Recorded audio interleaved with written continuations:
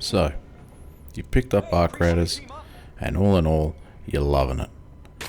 Until stuff like this happens to you. This video, I'm going to give you my 5 top tips for solo beginner players that should hopefully help you get back up on your feet and back into the fight. Stick around. I think number 4 is a pretty underrated tip, and number 5, I go into a bit of detail on how the health system works. Tip number 1. Tracking resources. So, for instance, if you want to upgrade any of your benches in the workshop, if you simply go up to the level tab, on the right hand side it will tell you all the resources required for the next upgrade. You can untrack or track said resources, and then once you're in game, if you bring up your map on the left, it will highlight everything that you're chasing. This works for weapons, this works for quick use items, so it's not just limited to the workshop benches obviously. The best part is, if you hover over any of the items, they'll tell you exactly where they can be found. So you can see here these sensors can be found in security and technological areas. So on the right hand side of the map is the key, and it'll show you where all those areas are. So you can see here, if you zoom into the scrapyard, you'll find mechanical and industrial items. Now, another handy feature is while you're actually looting and in the heat of the moment, there's another quick handy indicator to show you exactly what you need. And that's shown by this little eye icon in the top right hand side of any of the items, as well as when you hover over it, it'll tell you just above the weight there, tracked for blueprint. Okay, moving on. Tip number 2. Now when it comes to your raider, I highly suggest with the skill tree you dedicate most of your points to one branch of the tree. So you can see here I've put most of my points into the survival tree. Now my rationale behind this is you'll be able to unlock some of the more potent skills sooner, rather than spreading them all out on some of the entry level skills on all of the trees, if that makes sense.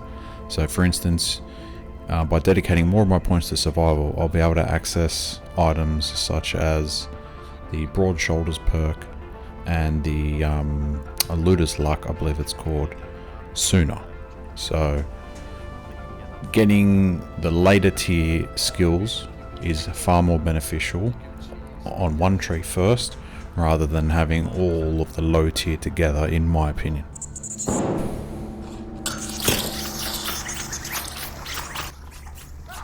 Now, when you've got as much luck as me playing this game, shit like this will happen to you.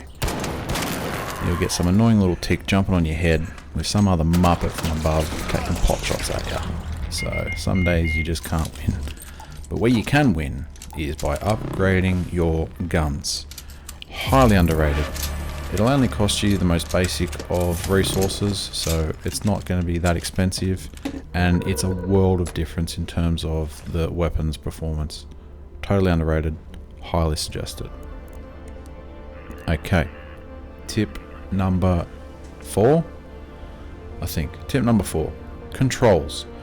This one is a must, especially when it comes to combat and PvP in general, and PvE. You need to find out where the shoulder swap button is for your controller or your keyboard. Default, I believe, is X. However, I'm on PC, I changed mine to one of my thumb mouse buttons. When you're punching on out there in the Rust Belt, the last thing you want to get done by is a crappy camera angle because you can't see around the wall. Well, now you can. If you didn't realize, you can swap shoulders as you're running about doing your business. So you can see here in this clip, swapping shoulders lets you see around the walls for much longer. As I get to the ledge here, I'll demonstrate exactly what I'm talking about.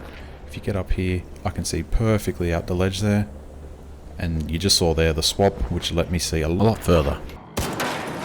Now, tip number 5. In here, I'm going to touch on how the health works very briefly. So you can see here, I get shot from the right, and notice I took equal amounts of health as well as shield damage. Now, this doesn't work like traditional Call of Duty, Fortnite, where you got shields, and the shield takes the damage first, then your health.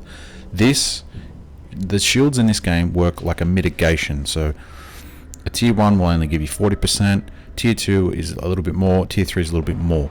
you're going to take health and shield damage at the same time, meaning the first thing you should be doing is actually bandaging or going after your health first, not replenishing your shields.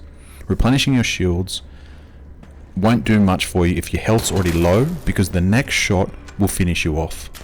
If you have full health and low shields, you'll still survive. Anyway, hope that was clear as mud. I hope you liked them. I hope they help. Get out there, get nasty, and don't be a grub at the extraction. See yas.